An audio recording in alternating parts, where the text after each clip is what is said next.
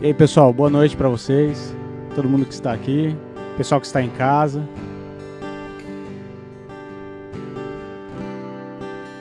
Eu queria convidar vocês, todos vocês, a ficarem de pé. Vamos louvar ao Senhor. Eu estava com muita expectativa para hoje. Eu sei que o Senhor tem algo novo para entregar aos nossos corações. Eu sei que tem uma nova porção do Teu Espírito que Ele quer derramar. Eu tive um tempo hoje com Jesus tão gostoso no carro. Chorei litros. Foi uma bênção. Foi o meu culto sozinho com Ele. Eu li hoje em Isaías 26, um clamor de Isaías que encheu meu coração. Ele diz assim, Isaías 26, 9: A minha alma suspira por ti durante a noite, e logo cedo meu espírito anseia por ti.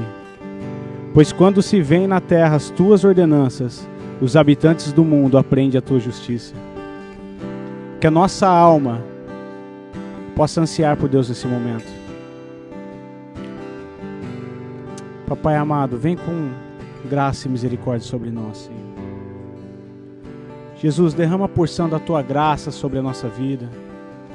Senhor, obrigado por esse tempo de podermos nos reunir nesse parque, Senhor. Obrigado, Jesus, pelas pessoas que aqui estão, pelas pessoas que estão nos assistindo, ó Deus, através do Facebook. Pai, que a tua graça, a tua glória, a tua misericórdia, ó Deus, venha tocar a cada coração nessa noite. Encha-nos, Senhor, com o teu Espírito. Encha-nos com o teu Espírito, Senhor.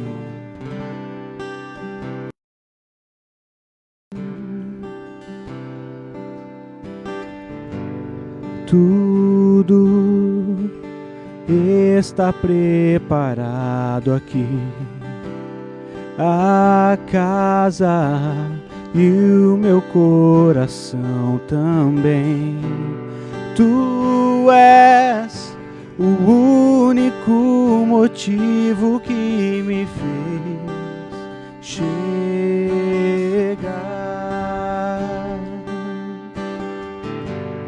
Os filhos já estão chegando aqui.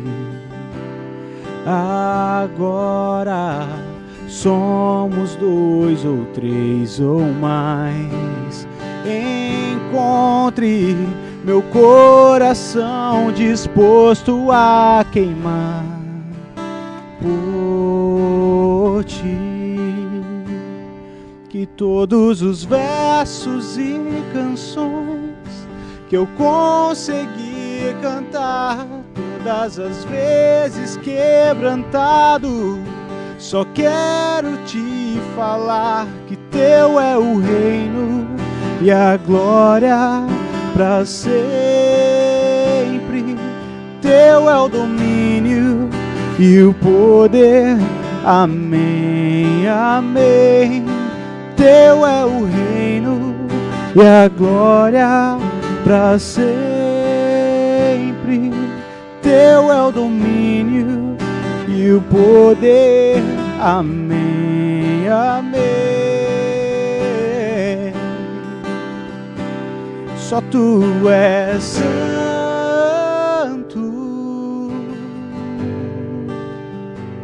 Só tu és santo.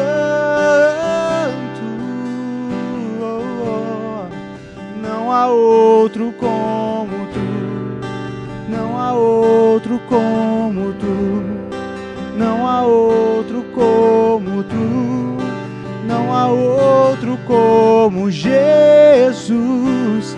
Só tu és santo,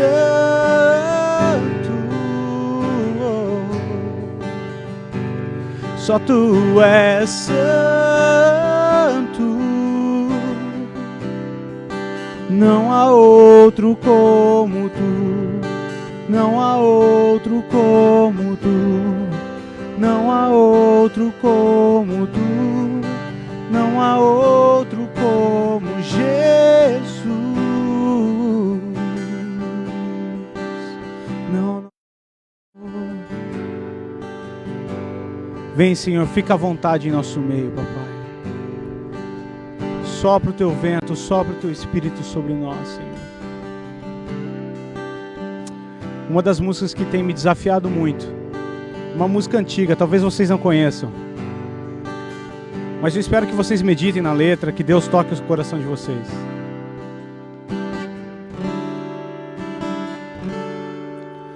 Tu vives entre os querubins e nas alturas está o teu trono. Teu nome é soberano.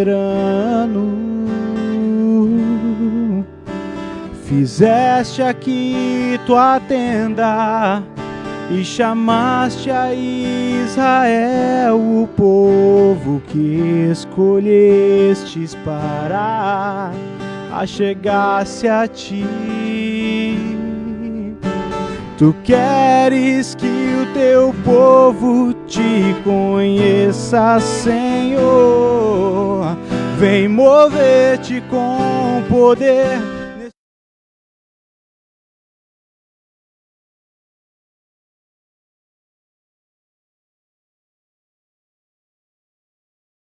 E tua voz leva-nos além do santo lugar. Teu povo vem te louvar, teu santo nome adorar para sempre. Tu vives entre os querubins e na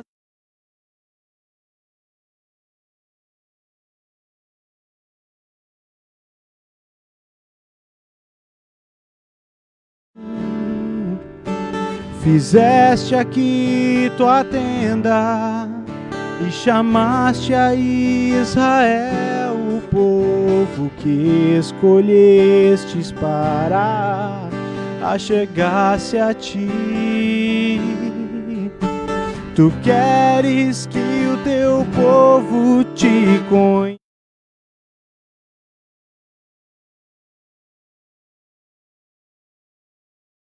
De lugar, fica à vontade entre nós. Queremos ouvir tua voz. Leva-nos além do santo lugar. Teu povo vem te louvar, teu santo nome adorar para sempre. Além do véu tu estás, e maravilha.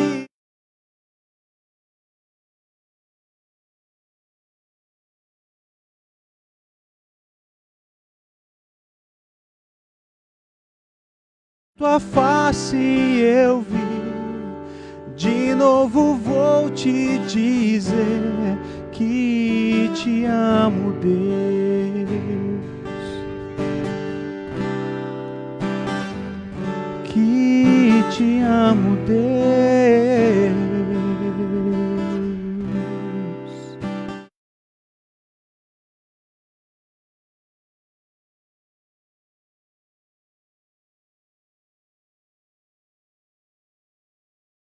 Te adoramos, te adoramos em espírito,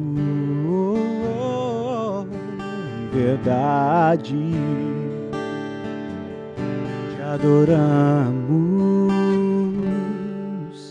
Te adoramos, pois tu és Rei dos Reis e Senhor.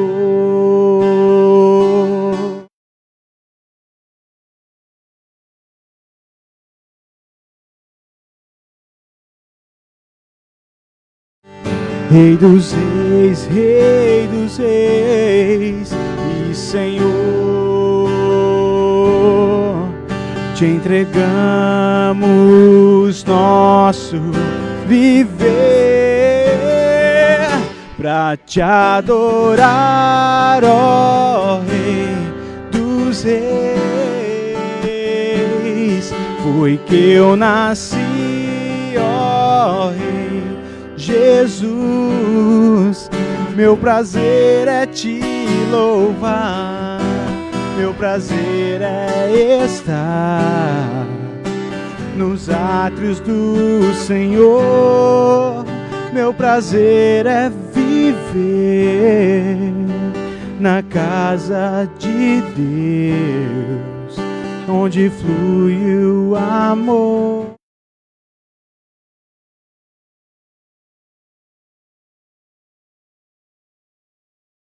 Em espírito, em verdade, te adoramos, te adoramos. Em espírito, em verdade, te adoramos, te adoramos, pois tu és Rei dos Reis e Senhor. Te entregamos nosso viver, Rei dos Reis e Senhor. Te entregamos nosso viver pra te adorar, ó Rei dos Reis. Foi que eu nasci, ó Rei Jesus. Meu prazer é te louvar, meu prazer é estar nos átrios do Senhor. Meu prazer é viver na casa de Deus, onde flui o louvor.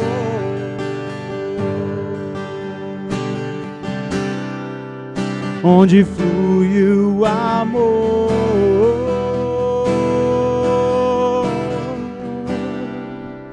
Ministrando louvor.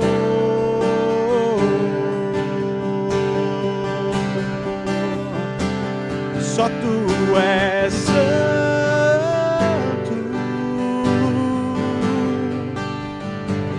só tu és santo,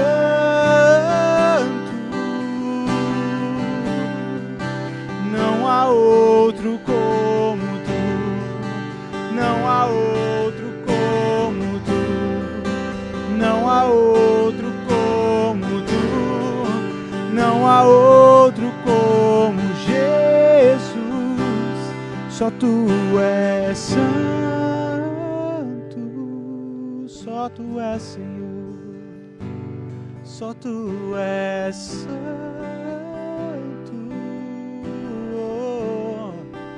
Não há outro como tu, não há outro como tu, não há outro como tu, não há outro como tu, Jesus. Ah, Senhor, graças te damos, ó Pai.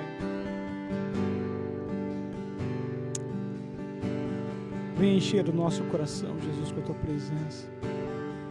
Leva-nos, Senhor, além da apatia, Senhor. Leva-nos, Senhor, além do comodismo, Pai. Leva-nos à sala do trono, ajoelhados aos teus pés, Senhor, com o coração quebrantado na tua presença, meu Pai. Ao lugar em que somos transformados, ao lugar que somos levados, Senhor, à intimidade contigo. Como o salmista declara, Senhor, a intimidade do Senhor é para aqueles que o temem, aos quais o Senhor dará a conhecer as suas maravilhas, os seus propósitos, os seus caminhos, Senhor. Pai, que nós possamos ser este povo, Senhor, que tem intimidade contigo, que tem poder para mudar uma geração, Senhor, porque o teu Espírito Santo reina em nós. reina em nossos corações, Senhor. Traz agora, Senhor, o pão da Tua palavra sobre nós.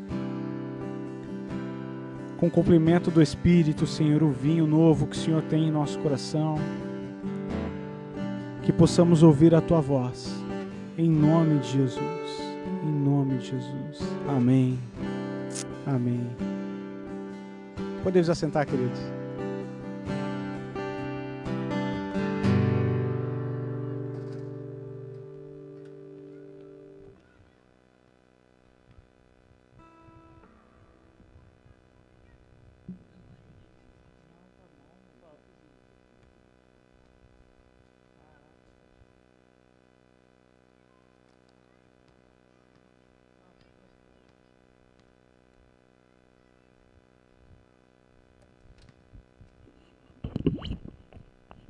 Graça e paz. Eu sei que é bem complicado a gente prestar atenção quando a gente está numa área aberta, né? Mas eu queria desafiar você a tentar pedir ao Espírito Santo de Deus que você concentre nessa palavra. Eu tinha preparado durante a semana, eu estava estudando a Bíblia, eu ia falar de um assunto completamente diferente. Aí ontem eu estava no banho e eu comecei a cantar uma música das antigas. Eu só não vou cantar aqui porque você sabe, né? Porque a voz não ajuda. Mas aí eu estava assim cantando e eu passei o dia todo cantando essa música. O dia todo. Aí eu falei assim... Senhor, será que é porque o Senhor quer que eu traga essa palavra? E eu me deu vontade de ler sobre o tema dessa música. E eu comecei a ler. E foi falando comigo. Aí eu cheguei aqui hoje, eu estava vendo vocês sentados, eu estava pensando assim, Senhor, será que tem alguém aqui em especial que o Senhor quer trazer essa palavra? Porque assim, não fui eu que escolhi, pode ter certeza disso. Então se Ele colocou, talvez é porque Ele queira falar com algum de nós, ou talvez todos nós. Então eu queria convidar vocês a abrir a palavra de Deus, está em João capítulo 5.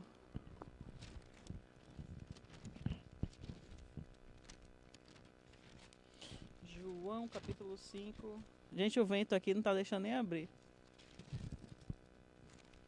A partir do versículo 1, João capítulo 5, a partir do versículo 1, diz assim: Passadas essas coisas, havia uma festa dos judeus. E Jesus subiu para Jerusalém. Ora, existe ali, junto à porta das ovelhas, um tanque chamado em hebraico Betesda, o qual tem 5 pavilhões. Neste jazia uma multidão de enfermos, cegos, coxos, paralíticos, esperando que se movesse a água, porquanto um anjo descia em certo tempo, agitando-a. E o primeiro que entrava no tanque, uma vez agitada a água, sarava de qualquer doença que tivesse. Estava ali um homem enfermo, havia 38 anos. Jesus, vendo-o deitado e sabendo que estava assim há muito tempo, perguntou-lhe: Queres ser curado? Respondeu-lhe o enfermo: Senhor, não tenho ninguém que me ponha no tanque quando a água é agitada, pois, enquanto eu vou, desce outro antes de mim. Então lhe disse Jesus: Levanta, toma o teu leito e anda. Imediatamente o homem se viu curado e, tomando o leito, pôs-se a andar. Naquele dia era um sábado. Senhor, graças te damos pela tua palavra, Pai. Te agradecemos por esse dia lindo, Senhor, que nos permite estar aqui fora, ó Pai, louvando e engrandecendo o teu nome. Pai, obrigada, Senhor, pela tua presença nessa noite. Obrigada, Senhor, porque o Senhor alcançou as nossas vidas, quando nós poderíamos estar em qualquer lugar, vivendo de qualquer jeito, mas a tua misericórdia nos alcançou, ó Pai. Fala aos nossos corações nessa noite, que a gente possa sair daqui, Senhor, melhor do que chegamos, com a nossa fé, Senhor, mais fortalecida em Ti. Em nome de Jesus, amém. Bom, essa é uma história bem antiga, dessa que você ouve falar muito na igreja, né? É uma história muito pregada, é uma palavra muito pregada. Só que se a gente prestar atenção em vários detalhes desse texto, você vai ver quão é cheio de ensinamentos para a gente. Primeiro, a gente olha que Jesus, aqui fala bem claro, que ele entrou pela porta das ovelhas, onde tinha um tanque. Lá tinham 12 portas, e a Bíblia menciona exatamente essa porta específica, ou seja, ele tinha um compromisso de passar naquele lugar ali. Ele tinha que ver uma determinada pessoa, tinha uma razão de estar ali, porque tudo que Jesus faz tem um sentido, ele não age por agir. Ele tinha um propósito com aquele encontro. E aí segue e fala, estando ali junto à porta das ovelhas, tinha um tanque. Esse tanque é real, gente. Se você buscar, os arqueólogos encontraram esse tanque. Isso não é, tipo, foi botado aqui da Bíblia de qualquer coisa. Esse tanque existe de fato. Eu vi fotos de arqueólogos que acharam esse tanque aqui. Então ele existe, até hoje está lá os monumentos desse tanque. Chamado Betesda, o qual tinha 5 pavilhões. Era mais ou menos, o design era assim, tinha lá o tanque, né? E aí tinha tipo umas varandas. E essas varandas ficavam cheias de pessoas doentes que iam lá. E coxos, cegos, paralíticos, todo mundo.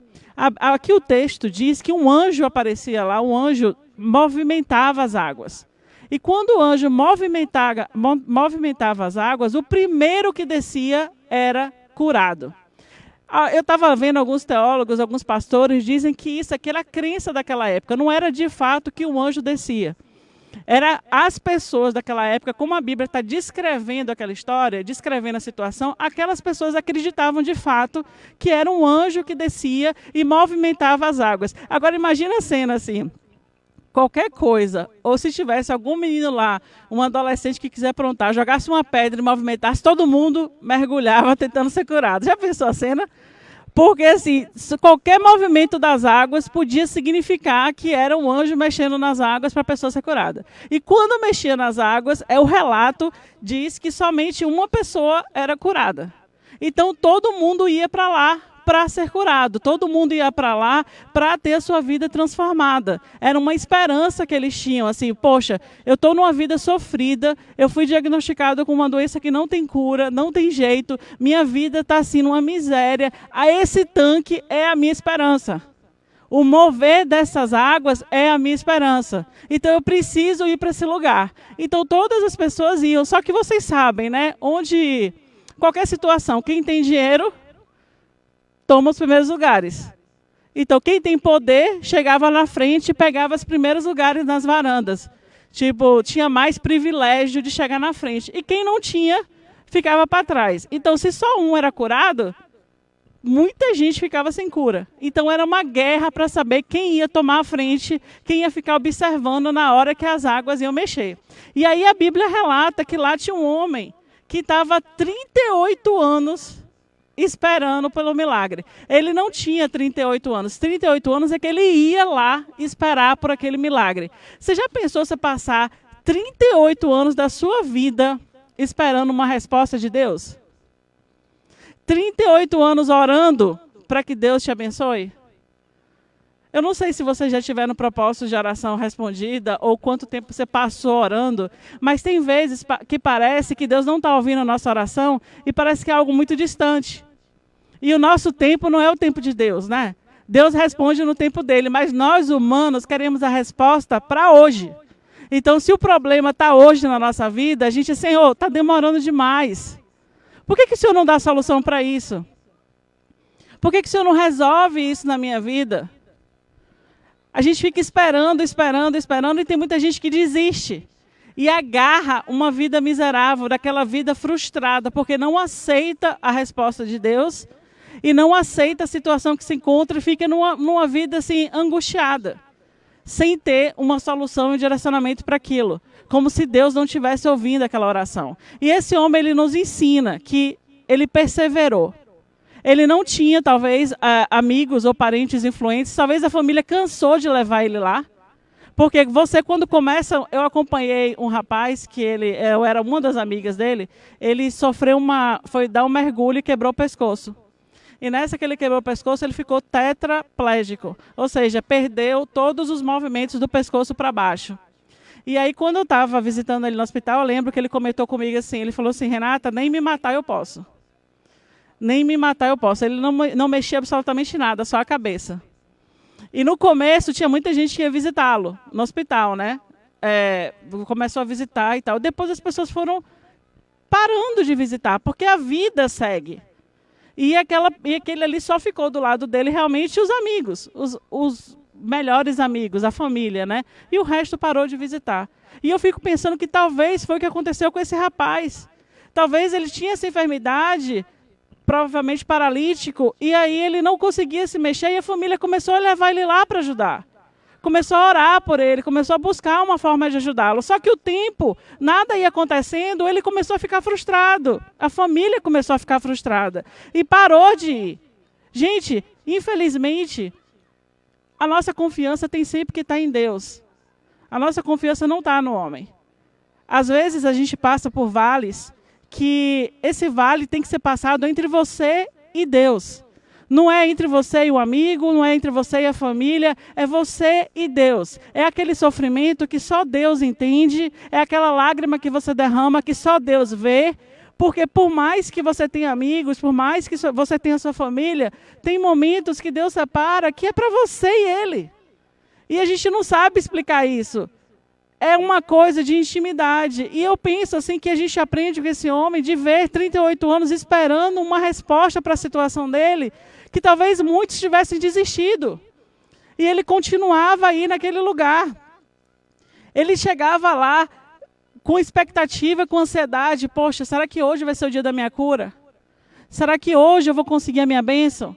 Será que hoje Deus vai mudar a minha história? E ele voltava para casa triste, frustrado, porque alguém tinha passado no lugar dele.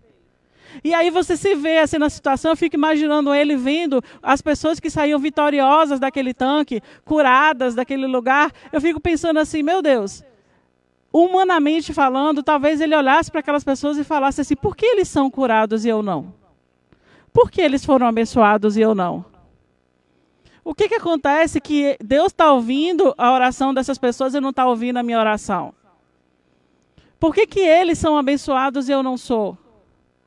Por que as coisas fluem mais fácil para esses e não fluem para mim?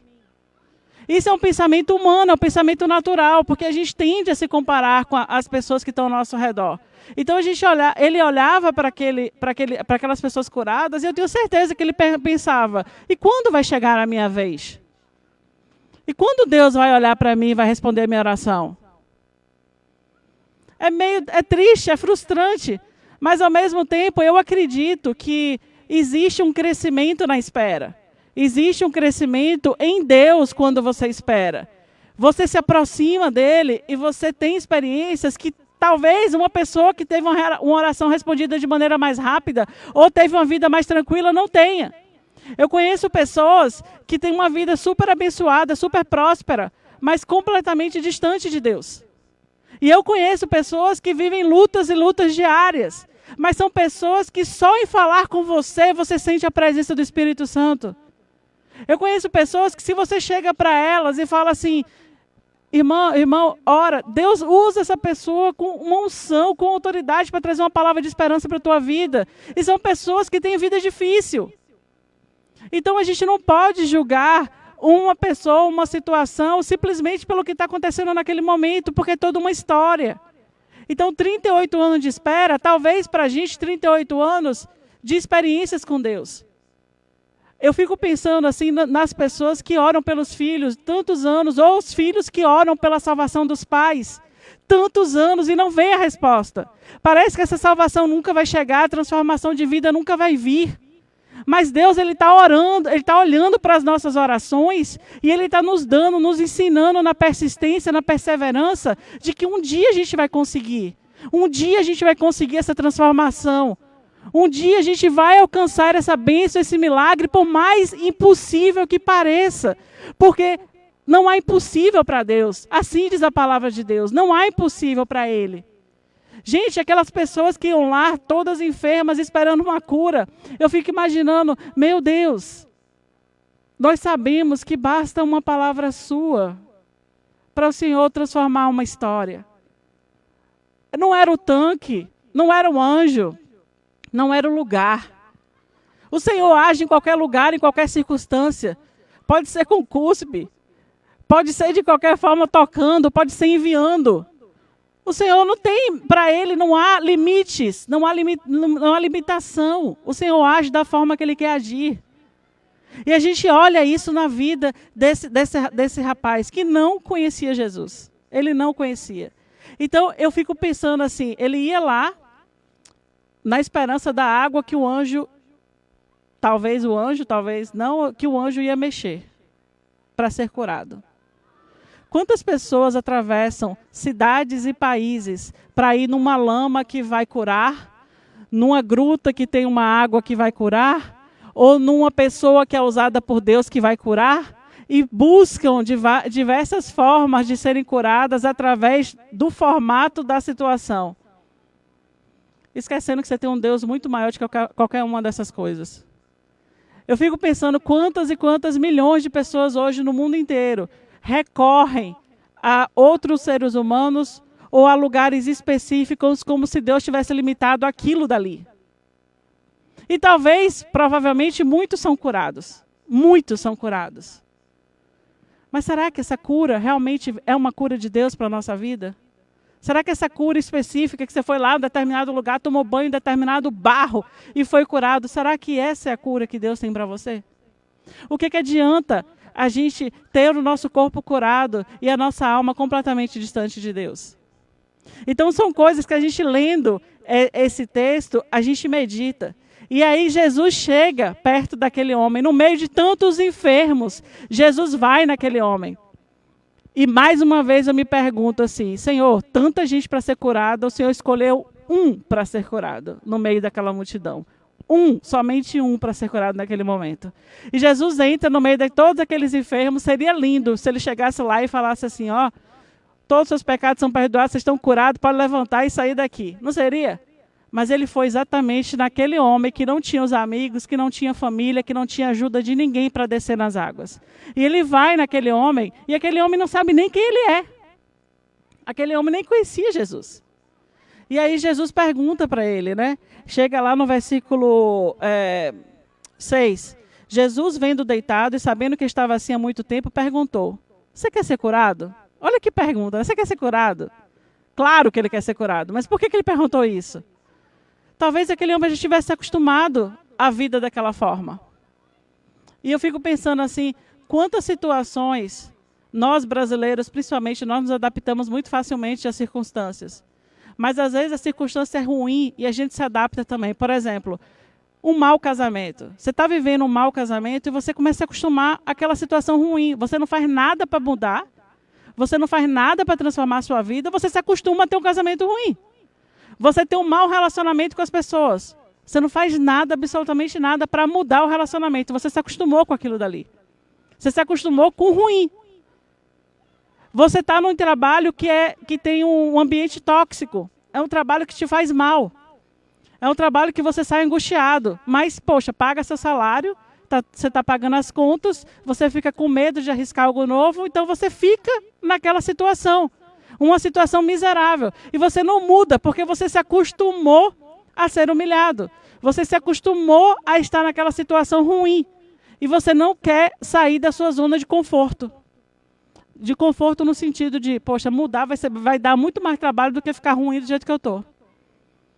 Então, talvez aquele homem já estivesse acostumado a ser paralítico. Ele já estivesse acostumado a ir para ali e ficar esperando. Talvez ele já estava acostumado e Jesus pergunta, você quer ser curado? Você quer ser curado? Se você olhar no texto, o homem nem responde. E o homem começa a dizer, não, é porque eu venho aqui e não tem ninguém que me ajude. Não tem ninguém que me coloque lá nas águas. E sempre passa alguém na frente. Ele não respondeu se ele queria ser curado. Ele não respondeu. Ele simplesmente colocou nos outros a responsabilidade. Ele podia dizer, mestre, é tudo que eu quero é ser curado. Senhor, tudo que eu quero é ter minha vida transformada. Senhor, tudo que eu quero é recomeçar. Tudo que eu quero é apagar os meus erros, apagar os meus pecados e começar uma nova vida. Mas ele não responde nada.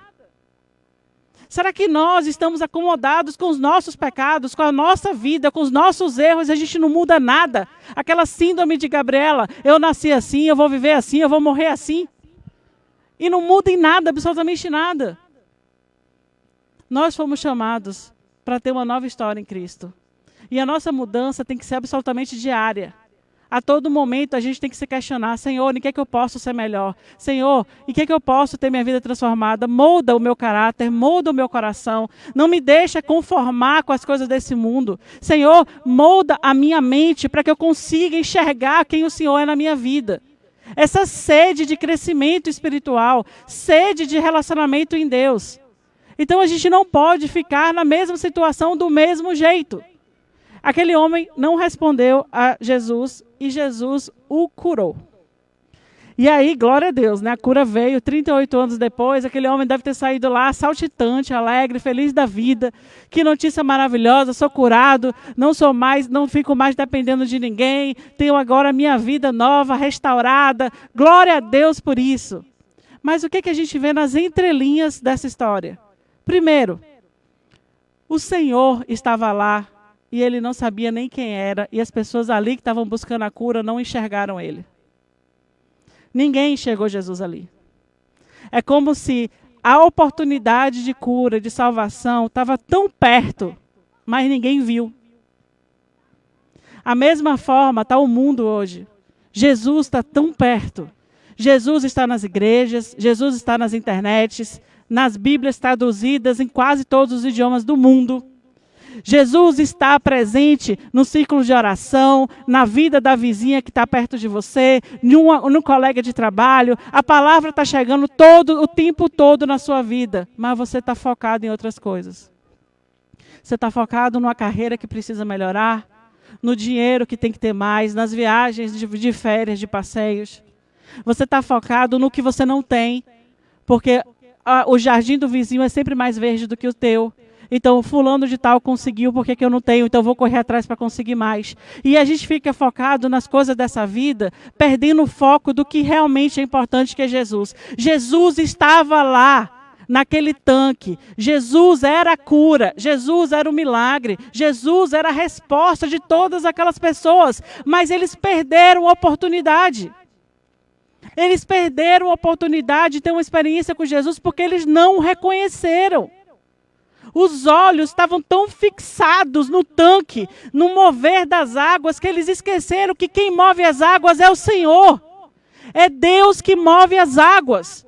Não tem anjo que possa mover água nenhuma, se não for através da palavra de Deus, dizendo para o anjo, mova as águas. Será que nós estamos perdendo o foco de Deus para botar o foco no que não tem valor? No que vai passar? Eu fico impressionado, eu fico me questionando sobre esse grupo, sobre a igreja, sobre o ministério. Quantas pessoas estão esfriando espiritualmente com os olhos focados no coronavírus, com os olhos focados na limitação? Ah, não, está acontecendo isso, melhor ficar em casa. Mas os parques estão cheios, os lagos estão cheios, os shoppings estão cheios. Mas ir para a igreja, ir para o grupo, ah não, coronavírus. O que é que está limitando a sua vida? Seus olhos estão focados em quê? Focados aqui, você está perdendo quem Jesus é. Você está perdendo a presença de Jesus, a palavra de Jesus, a palavra de vida eterna. E eu penso também na minha família. Eu penso nos meus amigos que não conhecem o Senhor. Quantas oportunidades, quantas palavras ministradas e focados nessa terra. Como se isso aqui fosse durar para sempre. Aquele povo que estava naquele tanque não tinha os olhos no Senhor. Os olhos deles estavam na miséria da enfermidade deles, no tanque e no mover das águas. Eles perderam a oportunidade de ter experiência com Deus. Esse homem que eu falei muito, que ele foi perseverante, que ele nos ensina com a perseverança dele, ele também nos ensina que ele próprio não reconheceu o Senhor. Ele próprio não reconheceu o seu Jesus. E mais importante, se você muda a página, se você vai no próximo versículo, que é o versículo 13, do João capítulo 5, fala o seguinte: mas o que fora curado não sabia quem era. Ele não sabia quem era Jesus, porque Jesus se havia retirado por haver muita gente naquele lugar. Versículo 14, mais tarde, Jesus o encontrou no templo e lhe disse, olha, que já estás curado, não pequeis mais para que não te suceda o pior. Esse homem retirou-se e disse aos judeus que fora Jesus que havia curado, porque os judeus estavam chateados que o homem foi curado no sábado. Para os judeus ortodoxos, religiosos, fariseus daquela época, você não podia fazer nada no sábado, nem que fosse o bem para o outro. Então eles ficaram muito chateados e perguntaram para aquele homem paralítico quem o curou. Ele não sabia quem era. E depois, quando ele sabe, ele fala, olha, foi aquele ali, foi Jesus que me curou. Mas a Bíblia não relata que ele seguiu a Jesus. A Bíblia não relata que ele foi atrás de Jesus. A Bíblia não relata que ele teve a vida dele transformada. A Bíblia só relata que ele foi curado. E aí, mais um ensinamento para mim e para você. Quantas pessoas buscam a cura física e esquecem a cura espiritual? Quantas pessoas chegam perto do Senhor e clamam por misericórdia, entram em campanha de oração, entram em campanha de jejum, buscando a bênção de Deus. Senhor, me abençoa nisso. Senhor, eu sei que tu pode fazer. E aí Deus dá a bênção para a pessoa, dá a cura para a pessoa, abre a porta que a pessoa espera e ela segue o caminho dela. Não é isso que a gente aprende em Lucas, no capítulo 17, do 11 ao 18? Chega lá os 10 leprosos. Mestre, tem misericórdia de nós. Mestre, olha a nossa situação, tem misericórdia de nós. Jesus vai e cura os 10 leprosos. Manda que eles se apresentem ao sacerdote. E eles estão limpos e curados. O que acontece? Somente um volta para dar glória a Deus. E Jesus pergunta, cadê os outros 9? Porque a cura não significa transformação de vida. A cura não significa que você teve o seu coração transformado. A bênção material que Deus pode te dar, porque Ele pode te dar. A cura física que Ele pode te dar, porque Ele pode dar. Não significa que você teve a sua vida transformada. A vida transformada é através dos frutos que você vai dar a partir do momento que você conhece a Deus. Frutos. Frutos de relacionamento, frutos de caráter. Você muda e você entende quem você é e quanto você é limitado, quanto que você é pecador. Stephanie estava me perguntando, mamãe, se alguém me roubasse ou me matasse, você perdoaria essa pessoa? Eu falei, Stephanie, Renato, eu ia querer matar essa pessoa. Eu ia querer matar, não ia sobrar pedaço para contar a história. Mas a Bíblia diz que do mesmo jeito que Deus nos perdoa, nós temos que perdoar aquele que nos faz mal. Do mesmo jeito que Deus nos perdoa, nós cristãos somos chamados a perdoar. Isso é renovação de vida, renovação de caráter. Então Deus, Ele pode sim fazer milagres nas nossas vidas. A gente olha essa história e a gente glorifica o que Deus fez, o que Jesus fez. Mas o mais importante é você aprender com essa história de não perder o foco em Deus. Eu fico lembrando de Paulo em 2 Coríntios capítulo 12, quando ele fala que Deus colocou um espinho na carne dele. E ele clamou a Deus que tirasse esse espinho. E o que Deus falou para ele? A minha graça te basta. Porque o meu poder se aperfeiçoa na sua fraqueza. Então tem espinhos que Deus talvez não tire da minha vida. Tem orações que talvez Deus não vá responder. E Ele não vai responder, e os espinhos que Ele não vai tirar, não é porque Ele é um mau Deus. É porque Ele sabe que quando a gente está fraco, a gente está forte nele. Ele sabe que talvez para alguns de nós as coisas vão fluir mais fáceis, vocês não vão perder o foco em Deus, mas para outros, as bonanças ou a facilidade das coisas te afastam de Deus. Afastam. Porque, infelizmente, nós, como seres humanos, quando tudo está muito bem, muito tranquilo, quando a água está muito mansa, a gente esquece quem é o Deus da nossa vida. E, para muitos, nos momentos de angústia, e eu te digo que eu sou uma delas, nos momentos de angústia é que minha vida é fortalecida em Deus.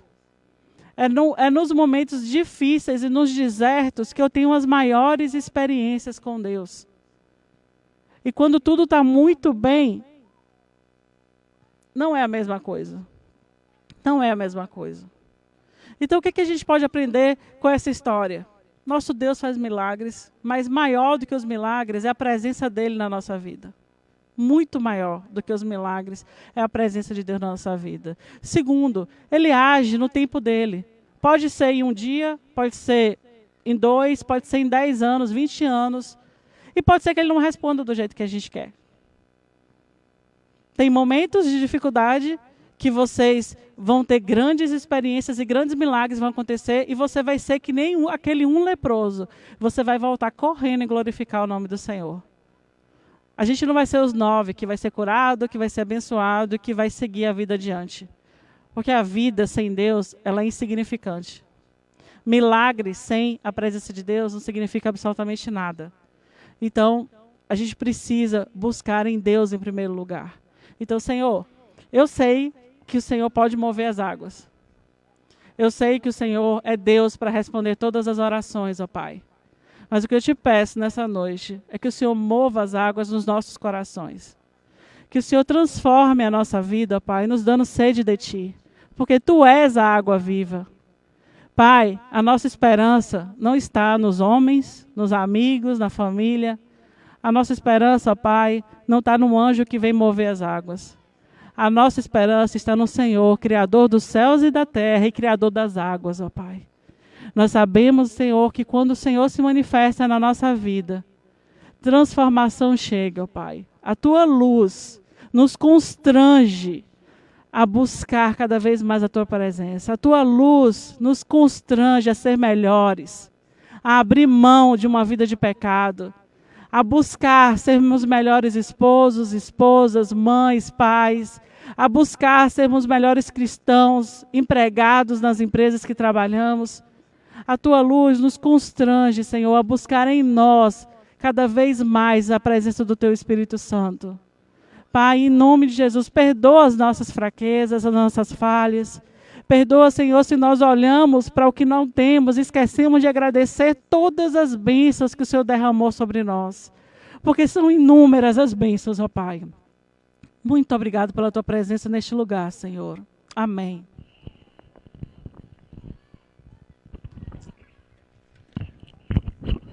Amém. Vamos louvar o Senhor.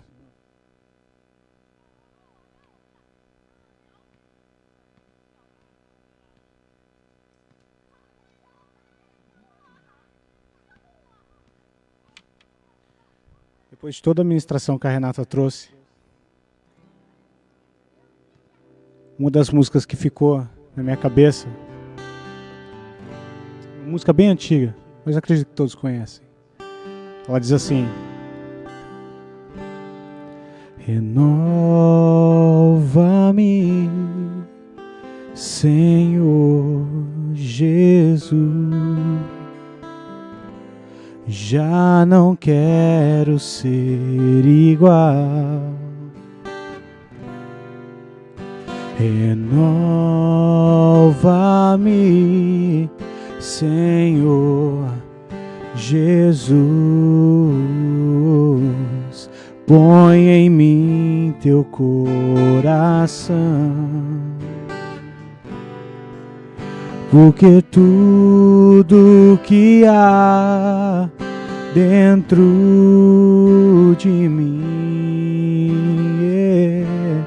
necessita ser mudado, Senhor, porque tudo que há dentro do meu coração necessita mais de Ti. Renova-me, renova-me, Senhor Jesus, já não quero ser igual. Renova-me, Senhor Jesus,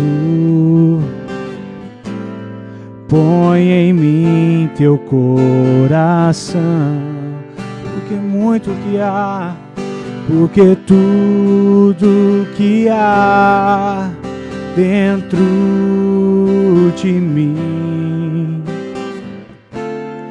necessita ser mudado, Senhor, porque tudo que há dentro do meu coração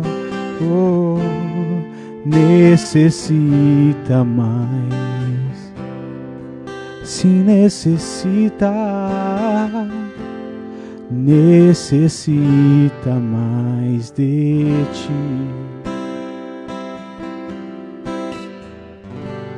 Amém.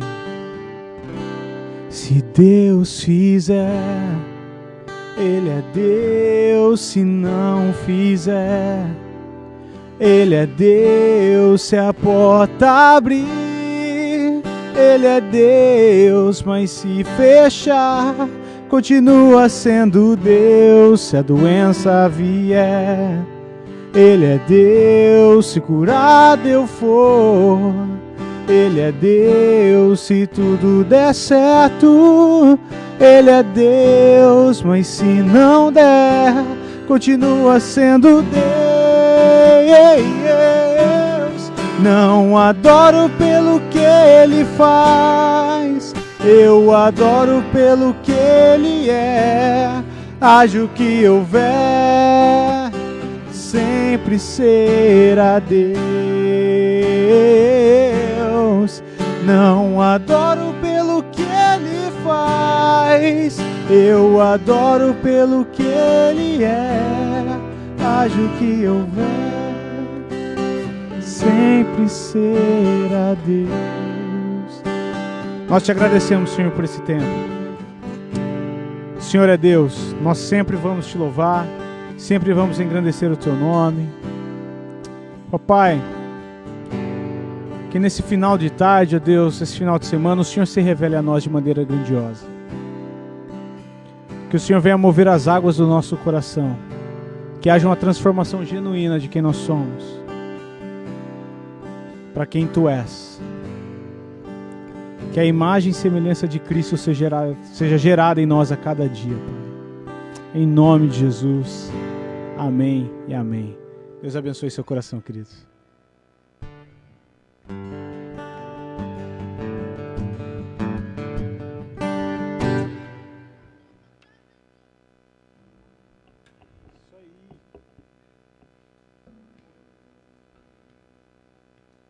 Todo mundo encolhido, gente.